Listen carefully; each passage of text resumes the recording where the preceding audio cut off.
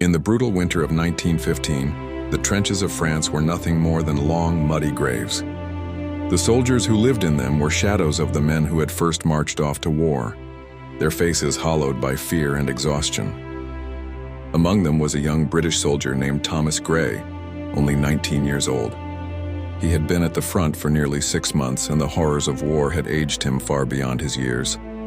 Yet amid the mud, the cold, and the endless artillery barrages, there remained one thing that connected him to the world he had left behind: the letters from his mother. Every few weeks, battered by rain and blood, a letter would arrive from home.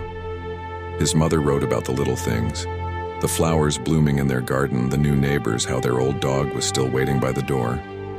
On the night of December 22nd, as snow began to fall and the guns fell silent for a few rare hours, Thomas sat by a flickering candle in the dugout. He had just received a small parcel from home, a wool scarf and a tin of biscuits. Tucked inside was his mother's latest letter.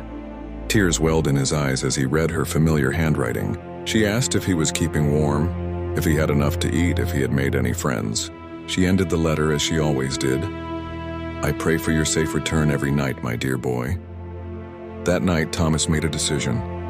He would write one more letter to her, not about the war, but about love, hope, and gratitude. "Dearest mother," he began, "your letters have kept me going through the darkest days. When the cold bites and the shells fall, I think of your voice, your smile, and our home. If fate should take me from this place, know that your love was my shield, my light in the darkness. You raised me to be brave, to be kind, and to never lose hope. Tell Father I carry his courage in my heart. Tell Mary I miss her laughter. And tell the fields and the trees that I long to walk among them once more. I do not fear what comes next, for I have lived with love. That is more than many can say. Forever your son, Thomas." At dawn, an order came down the line. The battalion was to advance on enemy positions at first light. Thomas folded the letter carefully and placed it in his breast pocket, close to his heart. The assault began under a pale gray sky. Men surged over the top of the trench into a wasteland of barbed wire and mud. Bullets tore through the air. Thomas ran with his comrades, courage in every step. A sudden explosion threw him to the ground. As the smoke cleared, Thomas lay still beneath the shattered earth.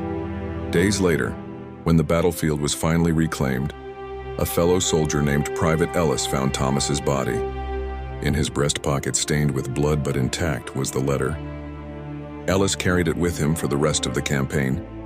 When he finally returned home, he made the difficult journey to a small village in England, to a modest cottage with a garden in bloom. There he met Mrs. Gray, who opened the door with eyes already full of sorrow.